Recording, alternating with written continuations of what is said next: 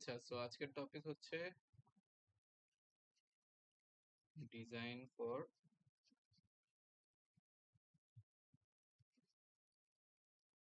টেস্টেবিলিটি, অথবা হচ্ছে এটাকে বলে ডিএফটি। সো ডিএফটি হচ্ছে ডিজাইন ফ্লোর বা ডিজাইন প্রসেসের একটা পার্ট। সো আমরা এ পর্যন্ত হচ্ছে করে আসছি, লাইক ফিজিক্যাল ডিজাইন, একটা কমপ্লিট ফিজিক্যাল ডিজাইন কিভাবে করে ওটা হচ্ছে দেখে আসছি। সাপোজ এটা হচ্ছে আমাদের চিপ, এখানে আমরা বিভিন্ন ধরনের ব্লক বসায় কমপ্লিট হচ্ছে ডিজাইনটা হলো ডান, মানে শেষ করছি, ঠিক আছে। সো শেষ করার পরে আমাদের হচ্ছে একটা ইম্পর্টেন্ট স্টেপ হচ্ছে ভেরিফিকেশন, অথবা বিভিন্ন ধরনের ভেরিফিকেশন আমরা হচ্ছে লাস্ট দিন দেখছিলাম কতগুলা ইয়েতে, যে ভেরিফিকেশন কিভাবে করে। দেন হচ্ছে আরেকটা পার্ট হলো টেস্টিং। সো ভেরিফিকেশন এন্ড হচ্ছে টেস্টিং, দুইটার মধ্যে ডিফারেন্স আছে। সো ডিফারেন্সটা আমরা একটু পরে বলবো। সো আমরা হচ্ছে শুরুতে মানে আজকে আর কি, যে এই টেস্টিংটা নিয়ে কনসার্ন, যে আমরা হচ্ছে একটা chip design, complete chip design করার পরে এটা ঠিক মতো কাজ করতেছে কি করতেছে না, এটার জন্য আমাদের কিছু টেস্ট করতে হয়। মানে এটা অবশ্যই মানে টেস্ট করা উচিত। সো টেস্ট করার জন্য এখন ধরো, মানে এটা হচ্ছে আমার কমপ্লিট ডিজাইন, এখানে হচ্ছে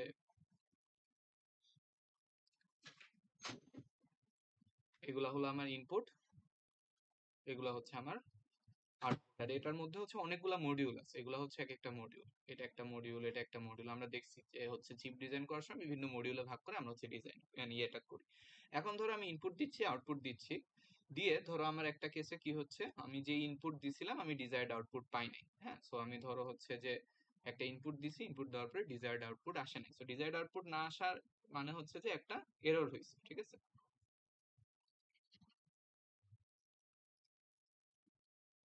আমার হচ্ছে একটা এরর হয়েছে।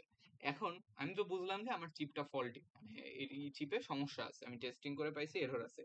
এখন আমাকে যদি বলা হয় যে এররটা কোন মডিউলে হয়েছে বা কোন স্পেসিফিক জায়গায় এরর হয়েছে, এটা আমি কখনো বলতে পারবো না, বা বলা অনেক ডিফিকাল্ট, কারণ আমি জাস্ট খালি ইনপুট আর আউটপুট দেখছি, ভিতরে কোথায় যে কি এরর হয়েছে এই জিনিসটা ফাইন্ড আউট করা অনেক ডিফিকাল্ট।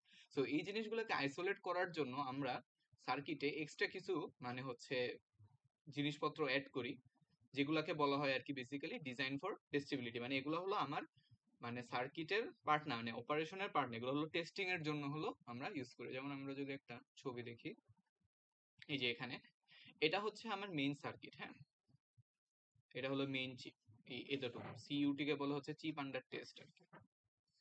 তো এটা হচ্ছে আমার মেইন চিপ, এতটুকু।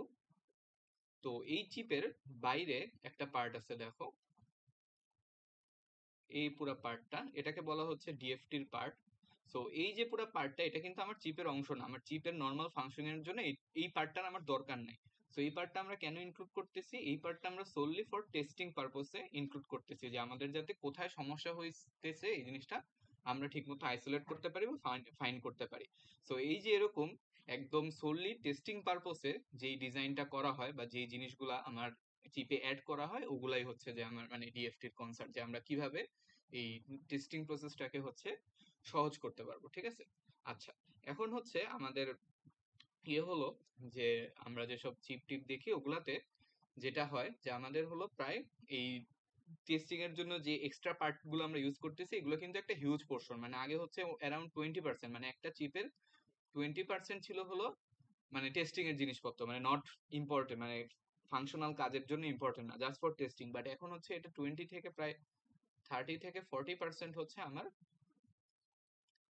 হয়ে গেছে। মানে একটা ফুল যে আমরা চিপ গুলা দেখি ওগুলার মধ্যে হচ্ছে যে প্রায় 30 থেকে 40% ইকুইপমেন্ট বা ব্লক জিনিসপত্র, 30 থেকে 40% হচ্ছে কিসের জন্য, just only for testing purpose. এগুলো হলো আমার নর্মাল ফাংশনিং এ কোনো ভূমিকা নেই, জাস্ট হচ্ছে আমি যাতে টেস্টিং ঠিক মতো করতে পারি ওই জন্য। তার মানে কি এই 30 থেকে 40% যে জিনিসপত্র, এগুলোর জন্য আমার কি হইতেছে, এক্সট্রা রাউটিং করা লাগতেছে, আমার হচ্ছে চিপের এরিয়া বাড়তেছে, আমার নর্মালি হচ্ছে এগুলা ছাড়াই চিপটা কাজ করতে, বাট এগুলো টেস্টিং এর জন্য এক্সট্রা অ্যাড করতে হচ্ছে। সো আমার অবশ্যই এরিয়া বাড়তেছে। সো এই সবগুলা যদি কনসিডার করি আমরা, যে এরিয়া বাড়তেছে, রাউটিং ওভারহেড বাড়তেছে এন্ড আরো হাবি জাবি, তাহলে হচ্ছে আমার আলটিমেটলি যেটা হইতেছে যে আমরা যদি একটা চিপ টেস্টিং এর জন্য ডিজাইন করি তাহলে হচ্ছে আমাদের কস্ট অনেক বেশি বেড়ে যায়। সো এই কস্টটা ব্যালেন্স হয় হচ্ছে যে আমার ইসের জন্য, যে আমি যদি একটা চিপ হচ্ছে আমি বানাইলাম, বানায় যদি জিনিসটার মানে ফল্ট ডিটেক্ট করতে না পারি, তাহলে পরে যে আমার হচ্ছে অনেক বেশি লস হয়ে যায়। এটার জন্য হচ্ছে ওই যে একটা এক্সাম্পল দেওয়া ছিল যে ইন্টেলের এফডিভ বাগ। সো ইন্টেল হচ্ছে একবার একটা প্রসেসর শিফট করছিল, যেটার হচ্ছে যে একটা ফল্ট ছিল আর কি, এটাকে বলা হয় ইন্টেল এফডিভ বাগ। এটা নিয়ে একটু ইউকিউবিতে একটা আর্টিকেল আছে, সার্চ দিলে দেখতে পাবা। সো আলটিমেটলি যেটা হয়েছে যে ওরা হলো শুরুতে এই জিনিসটা ডিটেক্ট করতে পারে নাই, এটা হচ্ছে কনজিউমার এন্ডে যে ডিটেক্ট হয়েছে, দেন হচ্ছে ওরা পুরা সবগুলা যতগুলা চিপ সেল করছিল সবগুলাকে আবার হলো রিটেক করা লাগছে। সো রিটেক করাতে ওদের হলো প্রায় $45 মিলিয়ন আর কি লস হয়েছে আর কি, ঠিক আছে।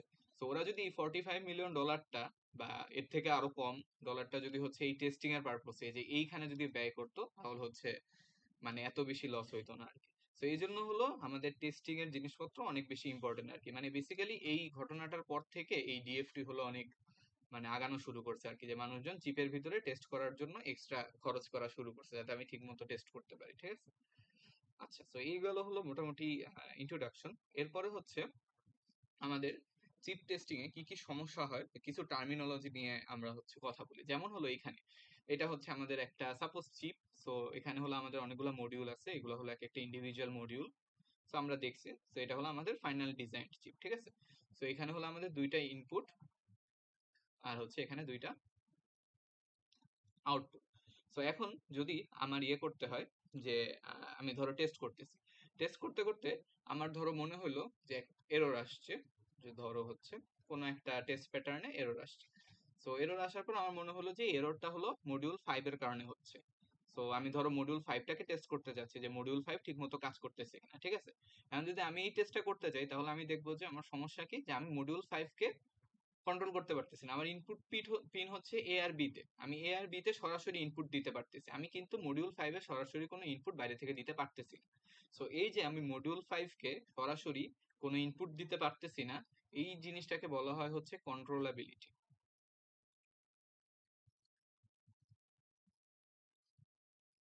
সো কন্ট্রোলাবিলিটি বলতে কি বোঝায়, যে আমি কোনো একটা স্পেসিফিক মডিউলকে নিজের ইচ্ছা মতো মানে কন্ট্রোল করতে পারবো বা ইনপুট দিতে পারবো কি পারবো না। এ আর বি এর উপরে আমার কন্ট্রোলাবিলিটি আছে, কারণ এ আর বি কে আমি সরাসরি ইনপুট দিতে পারতেছি, বাট মডিউল 5 কে আমি সরাসরি হচ্ছে ইনপুট দিতে পারতেছি না। সো মডিউল 5 এর জন্য আমার একটা কন্ট্রোলাবিলিটি ইস্যু আছে। এটা গেল একটা। দেন হচ্ছে সেকেন্ড, ধরো আরেকটা জিনিস হচ্ছে মডিউল 5 ঠিকমতো কাজ করতেছে কিনা এটা বোঝার জন্য আমার কি করতে হবে, মডিউল 5 এর আউটপুটটাকে মানে সরাসরি মডিউল 5 থেকে যে আউটপুটটা আসতেছে ওইটা হলো আমার কি করতে হবে, অবজার্ভ করতে হবে। বাট এখানে এটাও আমি পারতেছি না, আমার আউটপুট পিন হচ্ছে এই দুইটা। সো আমি মডিউল 5 থেকে যে আউটপুট আসতেছে ওইটাকেও ঠিকমতো মানে বুঝতেছি না। সো এই যে প্রবলেমটা, এটাকে বলা হয় হচ্ছে অবজারভিবিলিটি।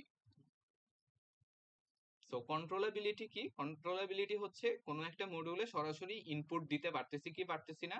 আর অবজারভেবিলিটি হচ্ছে কোনো একটা মডিউল থেকে কি আউটপুট আসতেছে ওইটা আমি সরাসরি দেখতে পারতেছি কি পারতেছি না, ঠিক আছে। তো এখানে যেমন মডিউল 6 আর মডিউল 7 এ কি আছে, আমার অবজারভেবিলিটি আছে, কারণ আমি হচ্ছে সরাসরি আউটপুটটা দেখতে পারতেছি। বাট এই দুইটার কি নাই, কন্ট্রোলাবিলিটি নাই। সো ঠিক একইভাবে মাঝখানের যে মডিউল গুলা ওগুলার কন্ট্রোলাবিলিটিও নাই, অবজারভেবিলিটিও নাই। সো এটা হচ্ছে আমাদের প্রবলেম। সো এখন এগুলার মানে কন্ট্রোলাবিলিটি আর অবজারভেবিলিটি কিভাবে অ্যাড করা যাইতে পারে। সো একটা অপশন হচ্ছে,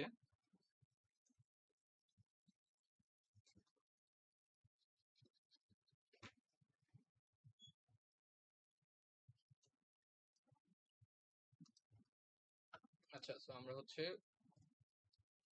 কন্ট্রোলাবিলিটি আর হচ্ছে অবজারভেবিলিটি বুঝছি, যে এখানে হচ্ছে আমার যে ইয়ে মডিউল 5 এটার উপর কন্ট্রোলাবিলিটিও নাই, অবজারভেবিলিটিও নাই। এখন এগুলো অ্যাড করার ওয়ে কি, এগুলো অ্যাড করার একটা ওয়ে হইতে পারে যে আমি হচ্ছে এখান থেকে একটা তার নিয়ে বাইরে নিব, আর এখান থেকে হচ্ছে একটা তার নিয়ে বাইরে নিব।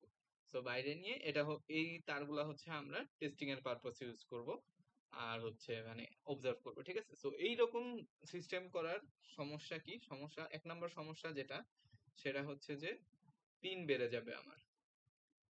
সো পিন বানানো হচ্ছে খুবই মানে এক্সপেন্সিভ একটা জিনিস। তো আমার হলো অলরেডি ইনপুট দুইটা আউটপুট দুইটা, আরো যদি আমরা এক্সট্রা পিন অ্যাড করি, তো এগুলো হচ্ছে মানে প্রতিটা মডিউলের জন্য এরকম এক্সট্রা করে পিন অ্যাড করলে অনেক মেসি এন্ড হচ্ছে অনেক বাজে একটা ডিজাইন হয়ে যাবে। সো এটা হচ্ছে একটা প্রবলেম। দেন সেকেন্ড যে প্রবলেমটা সেটা হচ্ছে নর্মাল মোডে যখন এটা অপারেশন করবে তখন আমরা কি চাই যে মডিউল 5 এ যে ইনপুটটা কই থেকে আসতে হবে? অবশ্যই হচ্ছে এই বি থেকে আসতে হবে। আমরা যে এখানে একটা ফ্লোটিং তার ঝুলায় রাখছি, এখান থেকে মানে আউটপুট নেওয়া যাবে না। সো আমার হলো কোনোভাবে মানে এই তারটাকে হচ্ছে কিছু একটা ব্যবস্থা করা লাগবে আর কি, যেরকম ফ্লোটিং রাখা যাবে না নর্মাল অবস্থায়। টেস্টিং এর জন্য ধরো আমি এখান থেকে নিচ্ছি, আর নর্মাল থেকে মানে নর্মাল অপারেশনের সময় আমার এখান থেকে হচ্ছে ইনপুট নিতে হবে। তো এইসব সমস্যার সমাধান কি? সব সমস্যার সমাধান আমরা জানি যে আমরা হলো কি ইউজ করতে পারি, একটা মাস্ক ইউজ করতে পারি। তো মাস্ক ইউজ করলে আমাদের ওই ফ্লোটিং রিলেটেড প্রবলেমটা আর থাকতেছে না।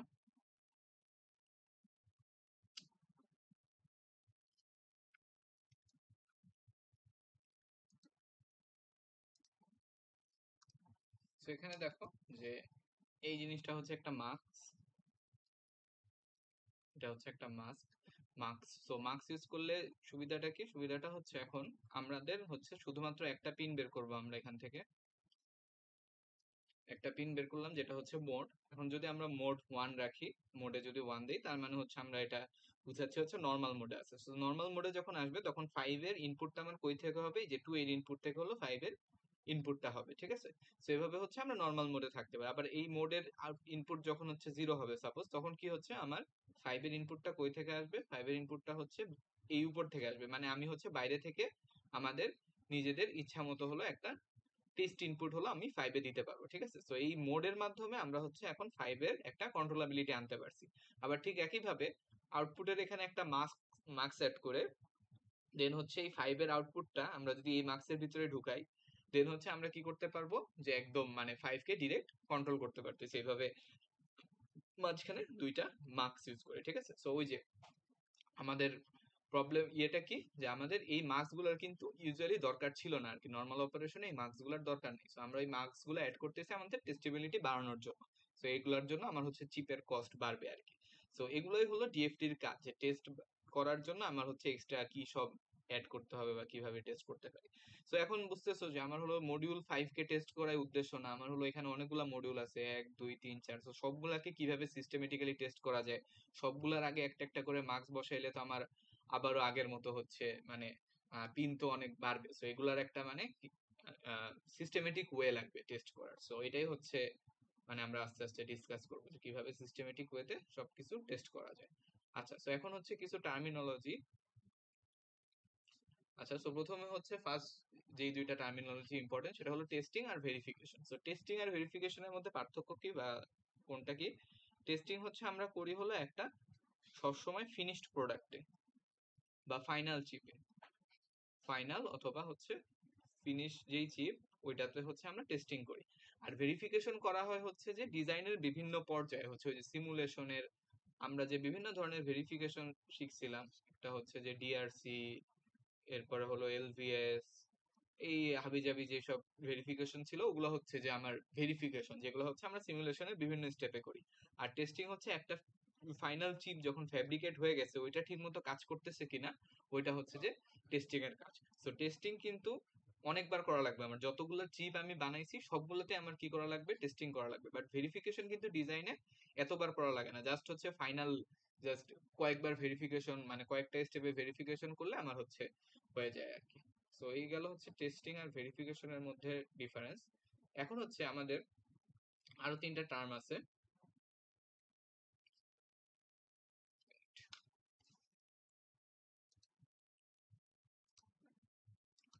আচ্ছা, সো আরো কিছু টার্মিনোলজি আছে, যেমন হচ্ছে যে defect, testing related terminology, defect,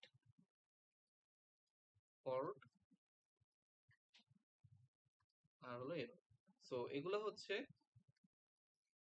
এই তিনটা হচ্ছে ডিফারেন্ট লেয়ার্স অফ অ্যাবস্ট্রাকশন বোঝায়।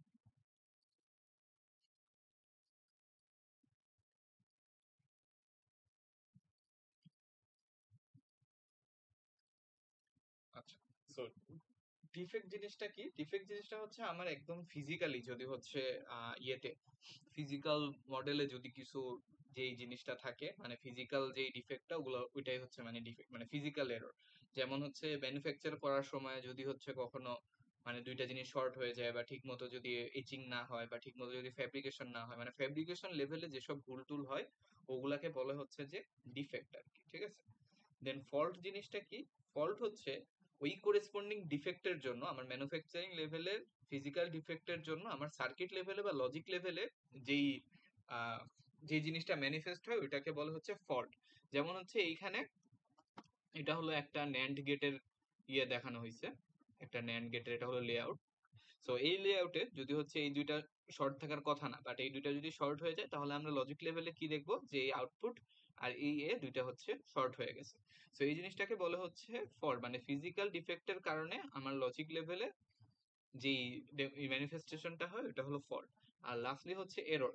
সো এরর হচ্ছে আমরা এই লজিক্যাল ফল্টের কারণে আমার আউটপুটে আমি হচ্ছে যে জিনিসটা অবজার্ভ করি, যেমন হচ্ছে এটা একটা ন্যান্ড গেট, সো ন্যান্ড গেটের ট্রুথ টেবিল কি হওয়ার কথা, ন্যান্ড গেটের ট্রুথ টেবিল 0 0 হলে 1 হওয়ার কথা, বাট এখানে 0 0 এর জন্য 0 দেখাচ্ছে। সো এটাকে বলে হচ্ছে আমার এরর। সো এরর হলো একদম লাস্ট স্টেজে আমরা যেটা অবজার্ভ করি ওটা হচ্ছে এরর। তো ওই এররটার আন্ডারলাইং মানে স্কেমেটিকে যেই ম্যানিফেস্টেশন ওটা হলো ফল্ট, আর একটা ফল্টের আন্ডারলাইং ফিজিক্যাল যেই ম্যানিফেস্টেশন ওটা হলো ডিফেক্ট। সো এগুলো হচ্ছে ডিফারেন্ট লেয়ার্স অফ অ্যাবস্ট্রাকশন। আচ্ছা, দেন হচ্ছে আমাদের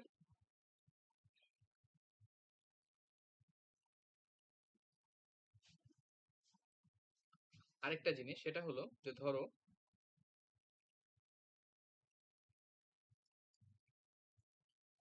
আমার কাছে হলো একটা 2 ইনপুট গেট আছে,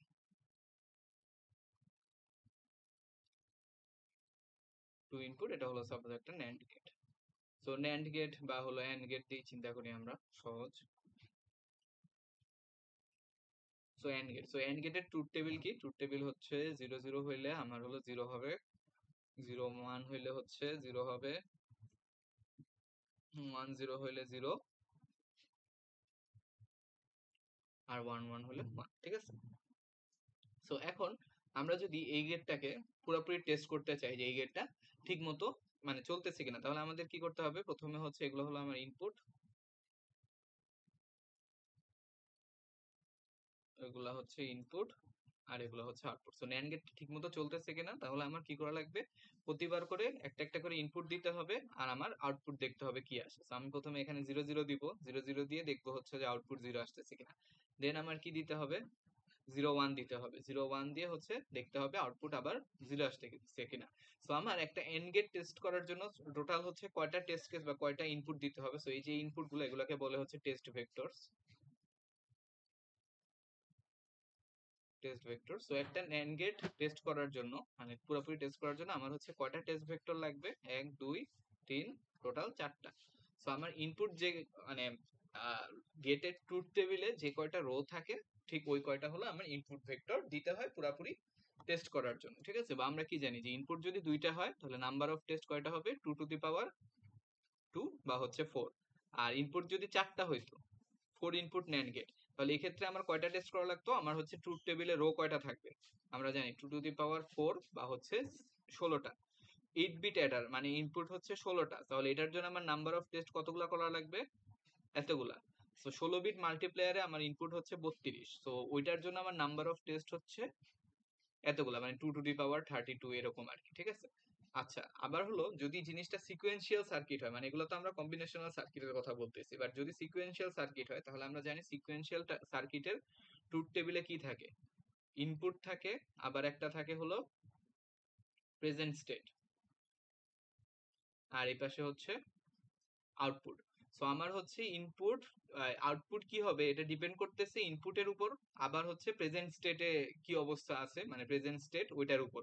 সো প্রেজেন্ট স্টেট ইনপুট মিলে সিকোয়েন্সিয়াল সার্কিটের মানে এরকম টেস্ট কেস অনেকগুলা হয়ে যায় আর কি, সিকোয়েন্সিয়াল সার্কিটের জন্য টেস্ট কেস হচ্ছে আরো বাড়তে থাকে।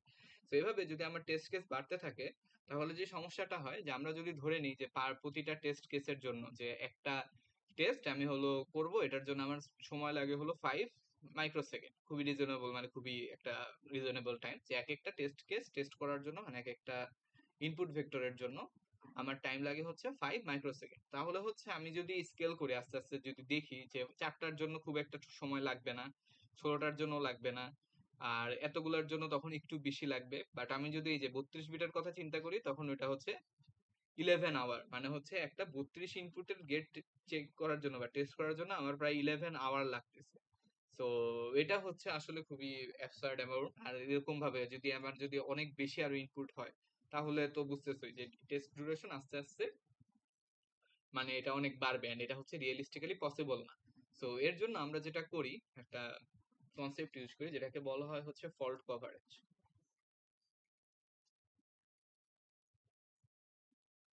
ফল্ট কভারেজ আর হচ্ছে টেস্ট কভারেজ।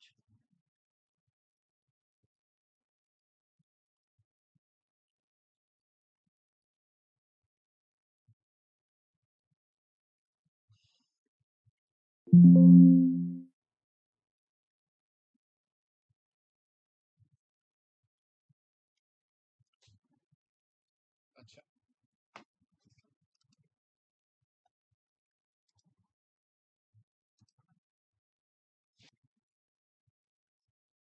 আচ্ছা, সো সাপোজ সাপোজ আমাদের কাছে হলো একটা সার্কিট আছে। এই হচ্ছে একটা সার্কিট, এটার হচ্ছে ইনপুট আছে অনেকগুলো, 1 2 3 4 5 6 7টা, 7টা বা 8টা ইনপুট আছে। আর হলো তোমার 8টা ইনপুট আছে, তাহলে 8টা যদি ইনপুট হয় তাহলে হচ্ছে আমার টোটাল টেস্ট কেস কয়টা, 2 to the power 8। So 2 to the power 8টা টেস্ট হচ্ছে আমার করতে হবে। এন্ড সাপোজ ধরে নাও যে আমার এই সার্কিটে, লজিক সার্কিটে, এই 2 টু দি পাওয়ার 8টা টেস্ট কেসের মধ্যে ধরো 20টা টেস্ট কেসে আমার হচ্ছে কি আসবে, এরর আসবে। মানে পুরো সার্কিটে আমার কয়টা এরর আছে, টোটাল হলো 20টা এরর আছে, ঠিক আছে। সো আমার হলো, ধরে নিচ্ছি আমরা এই সার্কিটে 20টা এরর আছে, তাহলে আমরা একটা এখানে গ্রাফ প্লট করতে পারি যে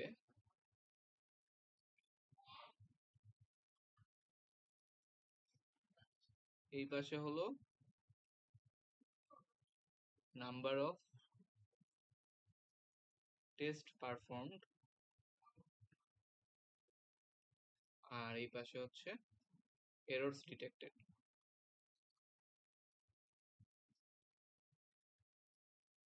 এররস ডিটেক্টেড। ওকে, সো আমরা যদি, আমার টোটাল টেস্ট কেস কয়টা ছিল, মানে পসিবল পসিবল হচ্ছে ইনপুট হলো 2 টু দি পাওয়ার 8। সো আমরা যদি 2 টু দি পাওয়ার 8 এই কয়টা টেস্ট আমরা যদি হচ্ছে করি, পারফর্ম করি, তাহলে আমরা কয়টা এরর ডিটেক্ট করতে পারবো? সবগুলো এররই ডিটেক্ট করে ফেলতে পারবো, কারণ আমরা সবগুলা টেস্ট কেস ট্রাই করছি। সো আমার হচ্ছে তখন এই 2 টু দি পাওয়ার 8 এর জন্য এররস ডিটেক্টেড হবে হচ্ছে, কয়টা এরর ছিল টোটাল? 20টা। সো আমি হচ্ছে 20টা এররই ডিটেক্ট করে ফেলতে পারবো, ঠিক আছে। আচ্ছা, এটা বুঝলাম যে আমার যদি test case 2 to the power 8 হয় তাহলে এরর ডিটেক্টেড হবে 20টা। এখন এর থেকে কম যদি আমি টেস্ট করি তাহলে হচ্ছে অবশ্যই কম এরর ডিটেক্ট করবো, অবশ্যই সবগুলা এরর ডিটেক্ট করতে পারবো না। সো আমার হচ্ছে গ্রাফটা এরকম লিনিয়ার কিছু একটা হওয়া উচিত আর কি। যে আমি যদি র্যান্ডমলি টেস্ট করতে থাকি তাহলে এরকম লিনিয়ার একটা গ্রাফ পাবো। এই গ্রাফটা কি বোঝাচ্ছে, যে আমি যতগুলা টেস্ট করব ওইটার উপর ডিপেন্ড করবে আমি কয়টা এরর হচ্ছে ডিটেক্ট করতে পারছি। আমি যদি সবগুলো টেস্ট কেস ট্রাই করি তাহলে হচ্ছে আমি সবগুলো এরর ডিটেক্ট করে ফেলতে পারবো, বাট আমি যদি কম করি তাহলে হচ্ছে সবগুলো এরর ডিটেক্ট করতে পারবো না। সো এটা মানে এই গ্রাফটা হচ্ছে ট্রু যদি আমরা টেস্ট গুলা র্যান্ডমলি পারফর্ম করি। আমি হচ্ছে র্যান্ডমলি যদি টেস্ট পারফর্ম করতে থাকি, বাট আমরা যদি টেস্ট কেসগুলো একটু ইন্টেলিজেন্টলি নেই বা একটু চিন্তা ভাবনা করে যদি টেস্ট কেসগুলো চুজ করি, তাহলে দেখা যায় যে এই গ্রাফটাকে আমরা এরকম বানায় ফেলতে পারবো।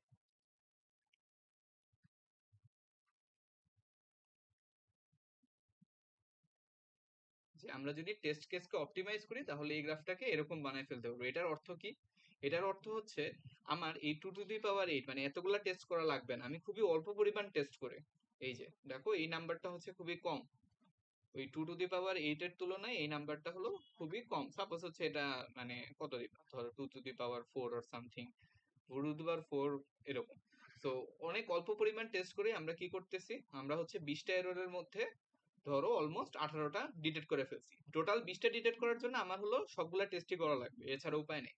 বাট আমরা টেস্ট কেসগুলো যদি ইন্টেলিজেন্টলি চুজ করি, যে শুরুতে যদি মানে যেই সব টেস্ট কেসে এরর থাকা বেশি পসিবল ওগুলা যদি ভালোভাবে মানে আইডেন্টিফাই করতে পারি, তাহলে হচ্ছে এই গ্রাফটাকে এরকম স্কিউড বানায় ফেলা যায়, যে আমরা খুব কম টেস্ট করে অনেকগুলা এরর ডিটেক্ট করে ফেলতে পারবো। সো এটা হচ্ছে যে আমার টেস্ট কেস জেনারেট করার বা টেস্ট কেস চুজ করার একটা স্ট্র্যাটেজি আমার লাগবে। আমি যদি র্যান্ডমলি মানে আন্দাজে হচ্ছে যে একটার পর একটা ইনপুট দিয়ে টেস্ট করতে থাকি, তাহলে হচ্ছে আমার মানে খুব একটা লাভ নেই, আমার 2 টু দি পাওয়ার 8 মানে এতগুলা টেস্টই করা লাগে। বাট আমরা যদি একটু ইন্টেলিজেন্টলি টেস্ট কেস গুলা নিই তাহলে হচ্ছে আমার এতগুলা টেস্ট করা লাগে না, আমি হচ্ছে অল্প কয়টা টেস্ট করেই অনেক বেশি এরর আইডেন্টিফাই করতে পারবো।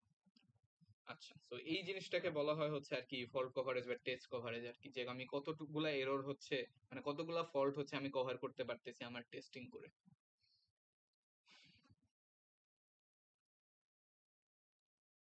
আচ্ছা, সো দেন আমাদের নেক্সট যে টপিকটা সেটা হচ্ছে ফল্ট মডেলিং।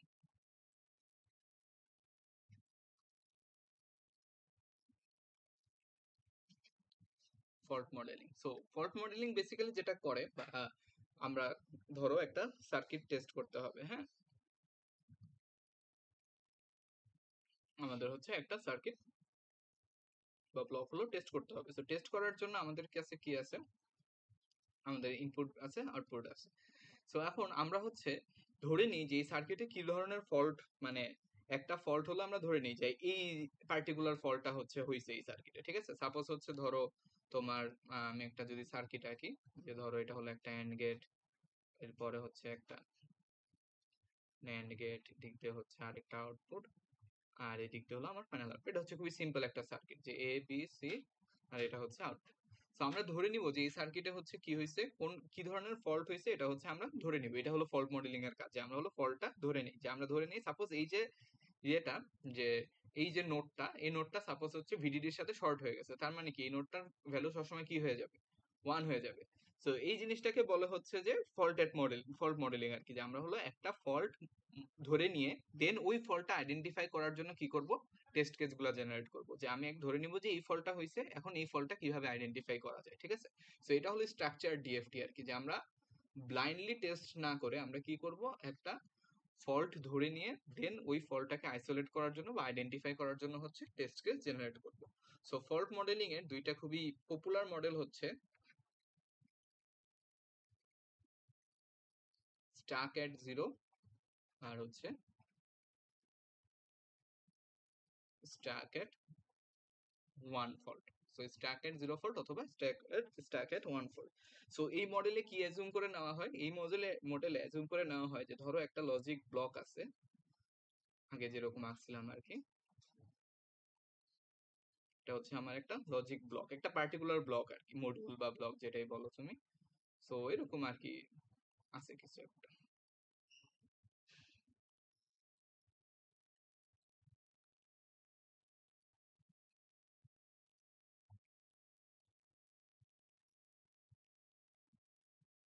ধরো এটা এ, এটা বি, সি।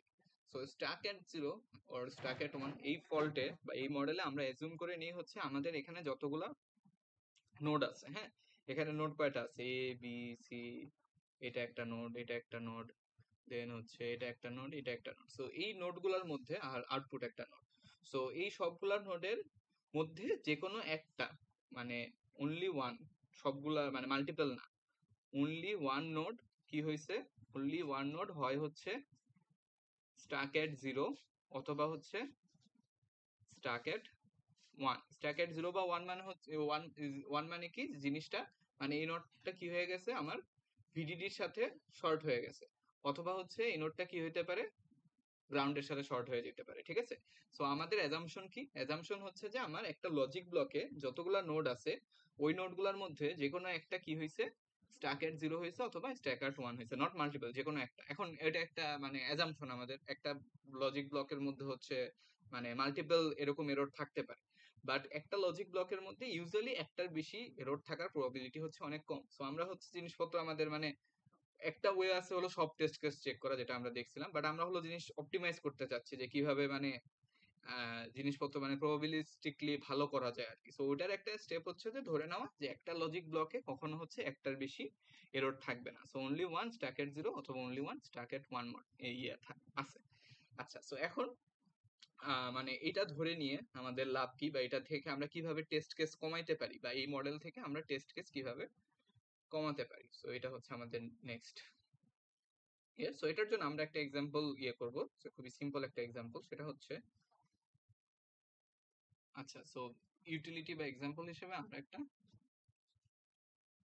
এন্ড গেট, এই অর গেট চিন্তা করতে পারি। সো এটা হচ্ছে একটা নর্মাল অর গেট। সো এই অর গেটে কি কি ফল্ট হইতে পারে, যে আমার নোড কয়টা, নোড হচ্ছে তিনটা, এ বি আর হচ্ছে এফ। সো আমার এই এ নোডটা স্টাক এট 1 হইতে পারে, অথবা এ নোডটা স্টাক এট 0 হইতে পারে, বি নোডটা স্টাক এট 1 হইতে পারে, স্টাক এট 0 হইতে পারে, এফ নোডটা স্টাক এট 1 হইতে পারে, স্টাক এট 0 হইতে পারে। সো এটা হচ্ছে যে OR gate with all possible faults, ঠিক আছে। সো এখন আমাদের এই ফল্ট মডেলের মানে সুবিধাটা কি এটা বোঝার জন্য আমরা যদি এখানে একটা ট্রুথ টেবিল বানাই। কিসের ট্রুথ টেবিল? এর অর গেটেড ট্রুথ টেবিল, ঠিক আছে। So A B F, so এটা হচ্ছে খুবই simple OR gated truth table. আর এই পাশে আমরা হচ্ছে আরেকটা কলাম অ্যাড করছি। এই কলামটা কিসের জন্য? এই কলামটা হচ্ছে এফ আউটপুট, না আউটপুটের, বাট যদি আমাদের এতে একটা ফল্ট থাকে যে A stuck at 0, F if A stuck at 0, মানে output F if A is stuck at 0, তাহলে আমরা কি জানি যে এফ সমান কি? এফ সমান হচ্ছে এ প্লাস বি, এটা হচ্ছে আমাদের আসার কথা। বাট যদি আমার এ কি হয়? স্টাক এট 0 হয়, তাহলে এ কি হয়ে যাবে? 0 হয়ে যাবে। তাহলে এফ সমান কি হবে? 0 plus B by is equal to হচ্ছে বি। তাহলে এই যে ইয়েটা, 0 plus B is equal to হচ্ছে বি, তাহলে এটা হচ্ছে যে আমার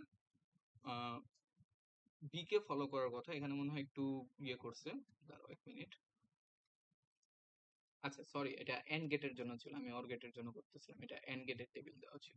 আচ্ছা, সো অর গেটের টেবিল হচ্ছে নিচে। সো এই যে দেখো, সো এটা হচ্ছে অর গেটের টেবিল, এটা হলো এ বি এফ। সো আমার হচ্ছে কি কি ফল্ট হইতে পারে উপরে আমরা দেখছি যে হয় এ stuck at 0, Starc at 1 0, B Starc at 0, অথবা 1, এফ স্টাক এট 0 অথবা 1।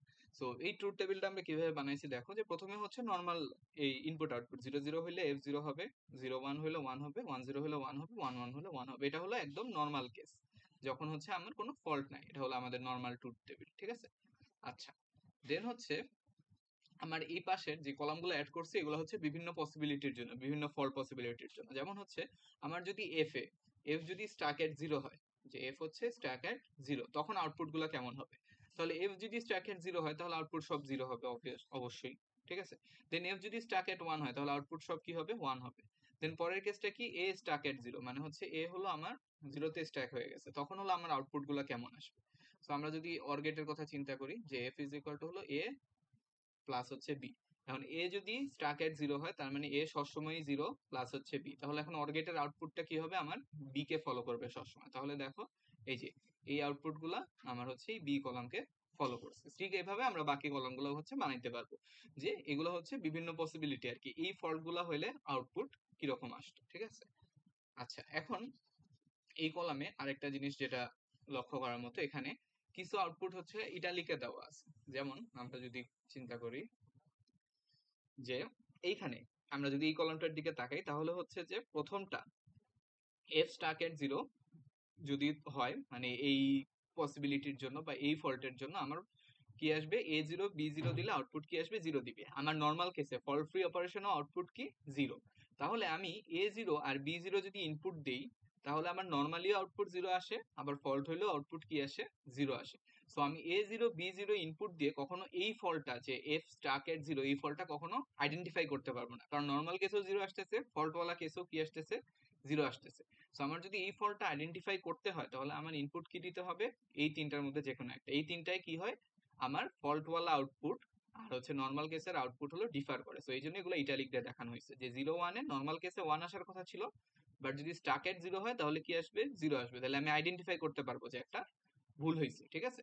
সো এখানে সবগুলা ইয়েতেই দেখো, কলামেই দেখো, যে যেখানে হচ্ছে আমার আউটপুট কি হচ্ছে এই অরিজিনাল আউটপুট বা ফল্ট ফ্রি আউটপুটের থেকে ডিফার করতেছে, ওই জায়গাটা ইটালিক করা আছে, ঠিক আছে। যেমন স্টাক এট 1 এর ক্ষেত্রে আমরা যদি শুধু 0 0 দিই, তাহলেই একমাত্র এই এররটা আইডেন্টিফাই করতে পারবো। অন্য কোনো ইনপুট কেসের জন্য কিন্তু আমরা এই এররটা আইডেন্টিফাই করতে পারবো না, কারণ হলো আমার এই ফল্ট কেস আউটপুট আর হচ্ছে যে নর্মাল আউটপুট সিমিলার। সো অন্য বাকিগুলোর জন্য হচ্ছে সেম। আচ্ছা, সো এখন যদি আমাদেরকে জিজ্ঞেস করা হয় যে আমরা হলো এই সার্কিট থেকে ফল্ট আইডেন্টিফাই করতে চাচ্ছি, ঠিক আছে, তাহলে হলো আমার কোন কোন ইনপুট গুলো দেওয়া লাগবে? সো মিনিমাম কি কি ইনপুট দেওয়া লাগবে যে ফল্ট আইডেন্টিফাই করার জন্য? তাহলে আমরা একটু যদি চিন্তা করি, যে প্রথমে আমরা এফ স্টাক এট 1 এই এররটার কথা চিন্তা করি, যে এই এররটা যদি আমাদের ডিটেক্ট করতে হয়, তাহলে আমরা 0 1 দিলে এই এরর ডিটেক্ট হবে না, 1 0 দিলে এই এরর ডিটেক্ট হবে না, কারণ হলো মানে নর্মাল আউটপুট এর আউটপুট সেম, 1 1 দিলেও এটা ডিটেক্ট হবে না। তো আমার যদি এই এররটাকে ডিটেক্ট করতে হয়, তাহলে আমার অবশ্যই 0 0 ইনপুটটা আমার দিতেই হবে। তো 0 0 ইনপুট দিয়ে যদি দেখি যে মিলছে, তাহলে তো ভালো, আর যদি না মিলে তাহলে আমরা বুঝবো যে স্টাক এট 1 এই ফল্টটা আছে। সো এফ এস স্টাক এট 1 এই ফল্টটাকে আইডেন্টিফাই করার জন্য আমার 0 0 এই ইনপুটটা দিতেই হবে, আর এটা মাস্ট। আচ্ছা, ঠিক একইভাবে আবার আমরা যদি ইসের কথা চিন্তা করি যে এ স্টাক এট 0, এটাতেও খালি একটা কেসেই হচ্ছে আমরা আইডেন্টিফাই করতে পারতেছি, ওটা হচ্ছে যে A1 B0। অন্য সবগুলোর জন্য হচ্ছে কি আসতেছে, আমার ফল্ট কেসে আউটপুট আর হলো নর্মাল কেসের আউটপুটের সমান আসতেছে। তাহলে যদি এ স্টাক এট 0 এই এররটাকে যদি আমরা আইডেন্টিফাই করতে হয়, তাহলে আমার অবশ্যই 1 0 এই ইনপুটটা দিতেই হবে। সো 1 0 হচ্ছে আমার দিতেই হবে। ঠিক একইভাবে আবারও হচ্ছে দেখি যে কোথায় খালি একটা আছে যে বি স্টাক এট 0। সো এটাকে যদি আইডেন্টিফাই করতে হয়, তাহলে আমাদের কি দিতে হবে, 0 0 দিতে হবে। সো 0 0 আমরা দিব, এটা সমস্যা নেই। এখন হচ্ছে আমরা যদি বি স্টাক এট 0 কথা চিন্তা করি, যে বি স্টাক এট 0 এটাকে যদি আইডেন্টিফাই করতে হয়, তাহলে আমার কোন ইনপুট দিতে হবে, কোনটা ডিফারেন্ট, শুধু হলো এটা ডিফারেন্ট। সো এটাকে আইডেন্টিফাই করার জন্য আমার হচ্ছে 0 1 মানে এই ইনপুটটা দিতেই হবে, 0 1 এই ইনপুটটা দিতেই হবে। ওকে, গেল। এখন আমাদের বাকি আছে কি, বাকি আছে হচ্ছে যে 1 1। সো বাকি আছে হচ্ছে 1 1। এখন আমাদের চিন্তা করতে হবে যে 1 1 ইনপুটটাকে আমাদের নেসেসারি কিনা ফল্ট আইডেন্টিফাই করার জন্য। সো 1 1, সো 1 1 ইনপুটটা দিয়ে আমার কোনো লাভ হবে কিনা। সো আমি যদি একটু চিন্তা করি যে 1 1 ইনপুটটা যদি আমি দিই, তাহলে 1 1 ইনপুট কোন ফল্টগুলোকে ডিটেক্ট করতে পারে। 1 1 ইনপুট হচ্ছে আমার কোন ফল্টটাকে ডিটেক্ট করতে পারে, শুধু এফএস স্টাকের 0 এই একটা ফল্টকে ডিটেক্ট করতে পারে। আর অন্য কোনো ফল্টকে হচ্ছে 1 1 ইনপুট কি করতে পারে না, ডিটেক্ট করতে পারে না। দেখো 1 1 ইনপুটের জন্য এটা হলো ইটালিক না, নরমাল, মানে এটা আর এটা হচ্ছে সেম। নরমাল কেসের আউটপুট আর ফল কেসের আউটপুট সেম। এটার জন্য সেম, যে নরমাল কেসের আউটপুট ফল কেসের আউটপুট সেম। তার মানে 1 1 ইনপুট দিয়ে আমি শুধুমাত্র ডিটেক্ট করতে পারবো হচ্ছে আমার এফএস স্ট্যাকের 0 এই ফলটা। বাট এই ফলটা আমি অলরেডি ডিটেক্ট করতে পারতেছি অন্য আরেকটা ইনপুট দিয়ে। 0 1 ইনপুট দিলেও আমি হচ্ছে এই ফলটা ডিটেক্ট করতে পারতেছি, 1 0 ইনপুট দিয়েও আমি এই ফলটা ডিটেক্ট করতে পারতেছি। সো এই ফলটা ডিটেক্ট করার জন্য আমার আলাদা করে 1 1 ইনপুটটা দেওয়া নেসেসারি না। সো এই সার্কিটের সবগুলা ফল্টই আমি এই শুধুমাত্র এই তিনটা ইনপুট দিয়ে হলো ডিটেক্ট করে ফেলতে পারবো। সো 1 1টা আমার ফল্ট ডিটেকশনের জন্য নেসেসারি না। হ্যাঁ, এখন একটা কেস হইতে পারে যে আমি কোন ফলটা হইছে এটা হচ্ছে শিওরলি আইডেন্টিফাই করতে পারবো না, বাট ফল যে একটা হইছে এটা হচ্ছে আইডেন্টিফাই করতে পারবো। সো কোন ফলটা হইছে এক্স্যাক্টলি ওইটাকে আইসোলেট করা ডিফিকাল্ট, বাট অ্যাটলিস্ট এটা আইসোলেট করা যাবে যে একটা ফল্ট হইছে। সো আমার এরকম যদি আমরা স্টাক এট 0 বা এসএ 0 বা এসএ 1 মডেল ইউজ করি, তাহলে আমাদের যে লাভটা হয় যে আমাদের সবগুলা টেস্ট কেস মানে একটা একটা করে ইয়ে করা লাগে না, আমরা হচ্ছে কিছু টেস্ট কেস বাদ দিতে পারি। সো এটাকে বলা হয় হচ্ছে minimum number of required test case to identify error, আরো কিছু টার্মিনোলজি আছে। সো দেখো এটাকে যদি আমরা আরেকটু স্কেল আপ করি, যেমন এখানে আরেকটা বড় সার্কিট দেখানো হয়েছে, যেখানে হচ্ছে ইনপুট হলো তিনটা এবিসি। সো তিনটা ইনপুটের জন্য আমার ইউজুয়ালি টেস্ট করার জন্য কয়টা দেওয়া লাগতো, এই যে আমরা যদি আবারও আগের অ্যানালাইসিসটা এখানে রিপিট করি, তাহলে টোটাল হচ্ছে 8টা ইনপুট আছে আমার। বাট আমার ফল ডিটেক্ট করার জন্য 8টা ইনপুট দেওয়া লাগে না, এখানে হচ্ছে আমরা যদি 4টা দিয়ে দিই, 4টা দিয়ে হলো সব ফল্ট ডিটেক্ট করা যায়। সো এখানে টেস্ট কেসের পরিমাণ অনেক বেশি কমায় ফেলতে পারতেছি আমরা। সো এটা আমাদের মানে লাগবে না আর কি সব টেবিল টেবিল, বাট ওই তো মানে আমাদের মেইন জিনিসটা হচ্ছে যে স্টাক এন্ড ফল্ট, এই স্টাক এট 0 আর স্টাক এট 1 ফল্টের মানে মেইন উপকারিতা এটাই হচ্ছে এটা যে টেস্ট কেস কমানো আর কি, যে কত minimum amount of test case apply করে আমরা হচ্ছে যাতে ফল্ট আইডেন্টিফাই করতে পারি।